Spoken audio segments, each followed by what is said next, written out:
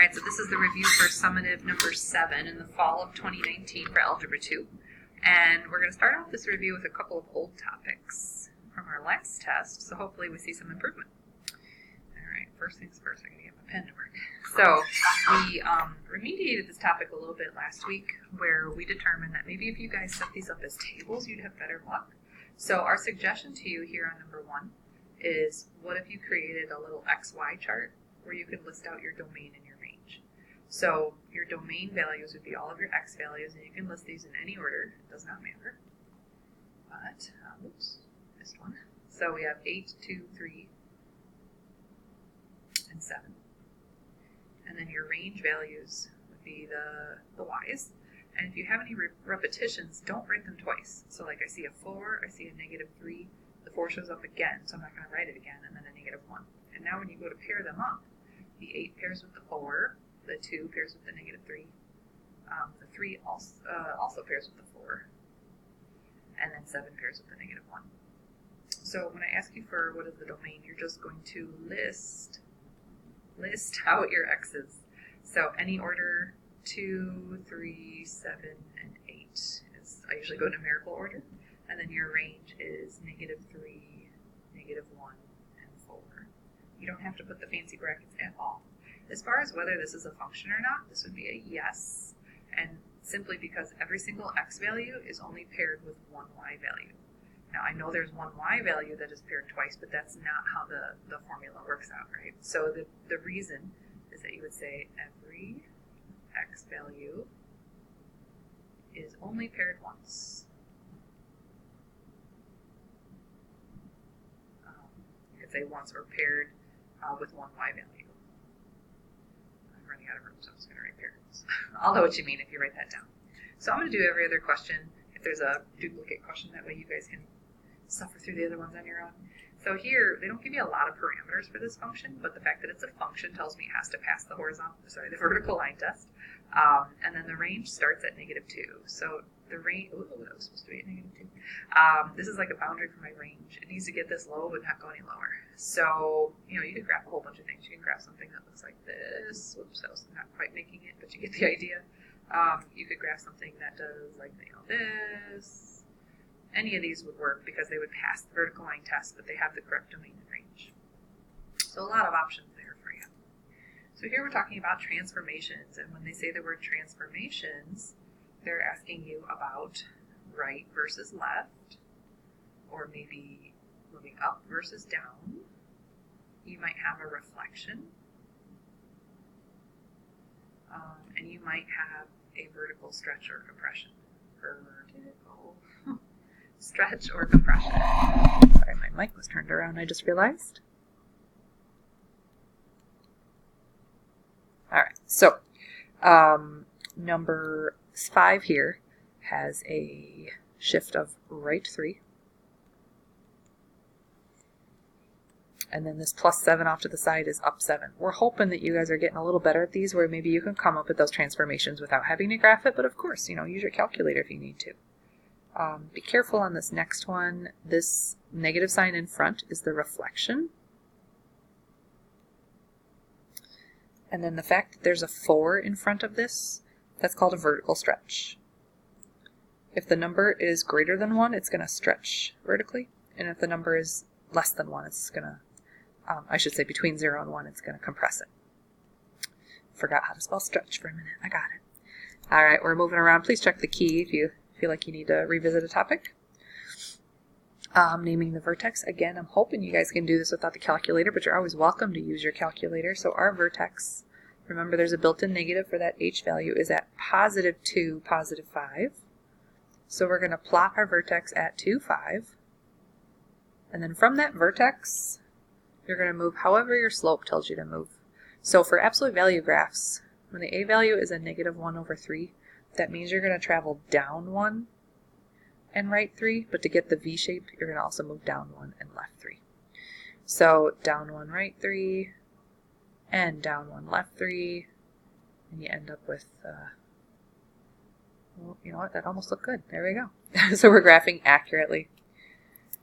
I'm going to skip around a little bit. We're going to be writing an equation here. I'm going to do this middle one. It looks like a good one. what I would like to see from you guys is that you truly identify where the vertex is located.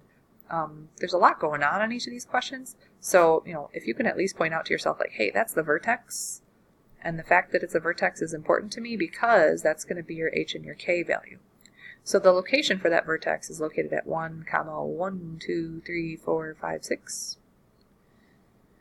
So that tells you who you can plug in for h and who you can plug in for k. And this is the formula we're all going to be using. So the slope of your branch, because it's opening downwards, I can tell that it's going to be a negative value. So it's moving down 1, and then it's moving to that branch. It goes over 1, 2, 3, 4. So that would be an a value of negative 1/4. So putting all these thoughts together, your function for this absolute value graph has a negative 1/4 in front, and then your h and k go into your formula, so x minus h, so x minus 1, and then plus k. And if you feel like you have extra time on this test, double check everything on the calculator at the end. So, finish your test up and then be like, man, I don't know. Type your function into y1 and then look at the graph. And if it doesn't match the graph that you're trying to match, then, you got some things to consider.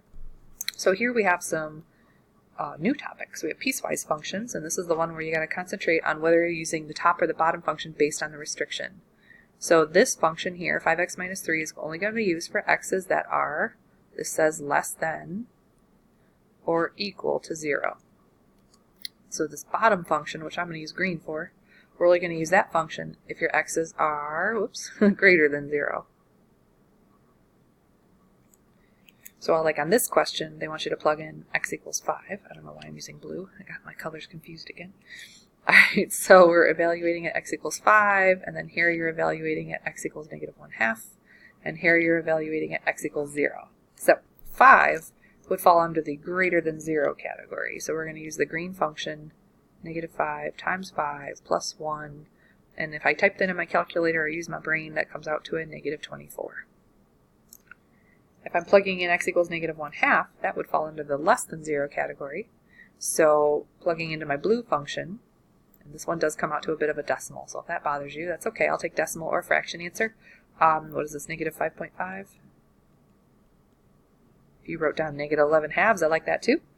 And then if it's exactly equal to 0, that means we have to use this blue function here because it does have the equal to 0 component on it.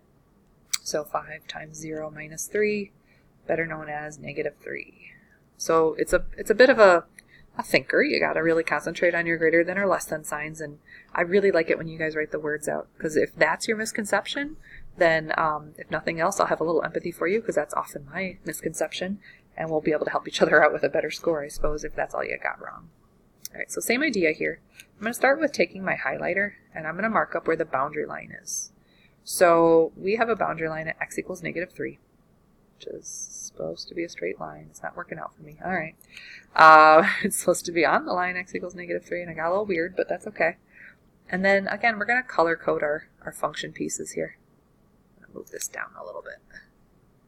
Let's see here. Oops, wrong page. There we go. So down at the bottom of my half plane, I'm only supposed to use this blue function if my x's are less than or equal to negative 3. So I'm just going to kind of jot down the blue function here. And that way when I'm doing all my work with the blue marker, I at least know I'm on the right side, or the proper side. This guy is only for x's that are greater than 3, so that would be over here. Alright, now it's time to come up with some t-tables. So this one, I'm going to put my t-table right here. I need 3 ordered pairs from you for your piecewise pieces, and your first ordered pair has to be the boundary line. And then we should also determine whether it's open or closed circle.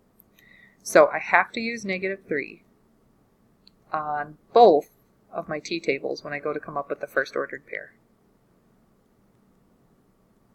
Okay? But now I have to pay attention to the restrictions. So for the blue function, it only exists for x's that are less than or equal to negative 3. So you can only choose x's that are on this side of the boundary line. So you can pretty much come up with whatever you want. Most of you just kind of go in order and you go negative 4, negative 5. To determine the y value, well, you plug it into the blue function, which is 2x plus 7, and you get your output. So 2 times negative 3 plus 7 would be a 1, and then 2 times negative 4 plus 7 would be a negative 1, and then 2 times negative 5 plus 7, it would be a negative 3. Now before I go to graph the first blue ordered pair, I noticed that the blue function had the equal to bar, which means he's going to have the closed circle on the boundary line, but the green function does not. So when I go to graph that one, it's going to have an open circle. Alrighty, -3, comma 1, closed circle. And then they should line up. And if you notice like you're trying to graph a ray and it doesn't line up into a linear shape, then something's wrong. It's probably my fault. Alright, from the boundary line outwards. See, I missed. Okay, pretend. Alright, same idea here for the green one. Green function only exists for x's that are greater than -3. So you can choose anything greater than 3. And I noticed from the function that is the green function, I'm going to have to multiply my x's by a -1/3. So I'm thinking I want numbers that are nice to multiply by a -1/3 because I don't really like fractions. So -3 is going to be beautiful. What if I used a 0 and a 3? Because those would both come out to non-fractions, which I love. Alright, so plugging those into your green function, -3 times -1/3 is 1. 1 minus 5 is -4. This part can be done on the home screen of your calculator. Plugging in a 0, you get a -5. And then plugging in a 3, you get -6. And we already determined that that first one is an open circle. So -3, -4, open circle, 0, -5, and 3, -6. And that is totally a linear shape. And I just ruined it by missing all my points. But you get the idea. So a few things that I noticed on this graph. Both of my rays, they're both rays, they're going on opposite sides of the boundary line. They're stemming from the boundary line, which I highlighted. And one of the rays has an open circle and one has a closed circle on the boundary line. So I'm feeling pretty good about this. Alright, I'm going to leave that one for you guys to do. And this is the other new topic that we have to be careful about. The transformations of the square root and cube root graph. So you should be able to identify the transformations without too much help. When there's a 2 in front of a function like that, we call that a vertical stretch. And if you want to get really fancy, you can say a vertical stretch of 2. That way you really know what's going on. And then when you have a x minus 3 underneath the function like this, that's a horizontal shift, and it's going to move it right 3. So remember, you have a graphing calculator. So if you get in a jam and you're like, oh man, I can't remember, try your calculator. A -4 off to the side like this shifts everything down 4. So those are the 3 transformations that I want to see from you. And I think on the test I even told you like exactly how many transformations I'm expecting to find out from you. So from here I would go to my calculator and I would type in my function into y1, which I lost because it's up here. So y equals 2 square root of x minus 3 minus 4. And this gets thrown into y1 on my calculator. So let me go do that. I'm going to pause my video. You pause yours too. Get it typed in. So I have my function typed in. Make sure you're using subtraction signs for both of these and make sure the subtract 4 is out of the radical. And then if you go peek at the graph, you know, we've been working with these square roots for a while, so you should be able to kind of figure out that you're on the right track, because that is what a square root looks like. Now I want to go to my table and I'm going to figure out where the errors stop occurring, and that's when I'm going to start writing my table points. So the very first point after the table, make sure you write that one down because that's the origination point of the square root. So we got 3, -4, 4, -2. I'm going to jot these down. So 3, -4, and then 4, -2. And there's got to be one more out there that was decent, I hope. Maybe not. Let's see. I was probably off the graph, but I don't know. Let's try. Oh no, it wouldn't be. It'd be 7. Doing a little mental math here. Let's see if I plug in a 7. That'd be 4, 2, 4, 4, sorry, 0. Okay. So this, all of this is from your calculator.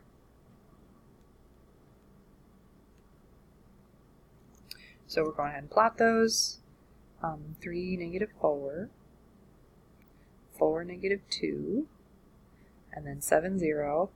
And then you have to know the general shape. So it kind of starts there and then it kicks out like this. And all those transformations that you identified should be pretty prevalent in that graph. It definitely was shifted to the right and down. It's got this vertical stretch because it's going up a little faster than normal. And now let's talk about domain. Remember, domain is how far left to right this stretches.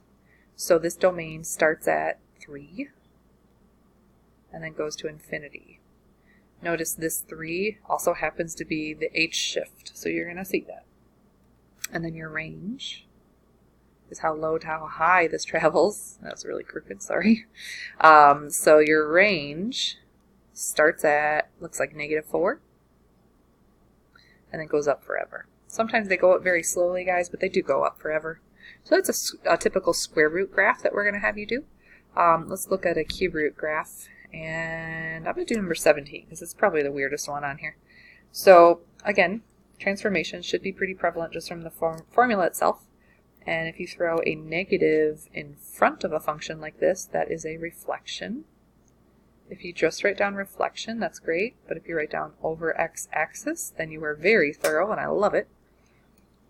When you put a 4 in front of the cube root, that is a vertical stretch of 4. Now, the little tiny 3, that's the index of the radical. So that's nothing. That's just the type of radical you have. And then this x minus 2 inside, this is going to be a right 2. So from our calculator, we're going to need to get some good ordered pairs, and cube roots have a whole lot of ordered pairs because they don't have any errors because they can go negatively. So I need to type this in.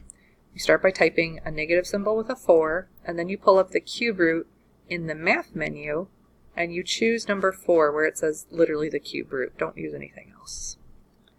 It was, I believe, x minus 2, so make sure you're using a subtraction sign. I'm going to take a peek at the graph and see if I see those transformations. This one's a little harder to see transformations, but it definitely was shifted to the right. I definitely see a stretch. It's pretty tall. And the reflection is a little hard for you guys to identify it at right now. Normally these look like S's, so this has been reflected. So we see everything that we thought we saw. And we're going to go to a calculator. So you should see like 3 points back to back that are kind of symmetrical. That's the center of your graph. But you're going to want to kind of go backwards in the table a little bit because you should be able to find some other good points. So I'm going to jot down -6, -6, 8, 1, 4,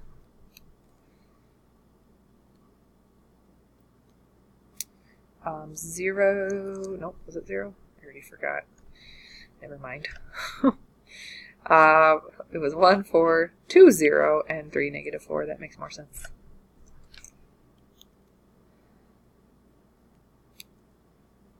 So 2, -4, and 3, what am I talking about? 3, -4? Let's see. 1, -4. Yep. All right. So if I keep going on my table, I bet I see another one. Please. One more out there. Oop, there we go. 10, -8. Doesn't kill you to have 5 points, guys. The calculator's doing all the work for you. So we're going to be graphing it. It is kind of a pain to graph. I need a bigger graph, though. I can't hit that. All right, -6, 8. And then 1, 4. And then 2, -4. Something's not right there. Back up a minute.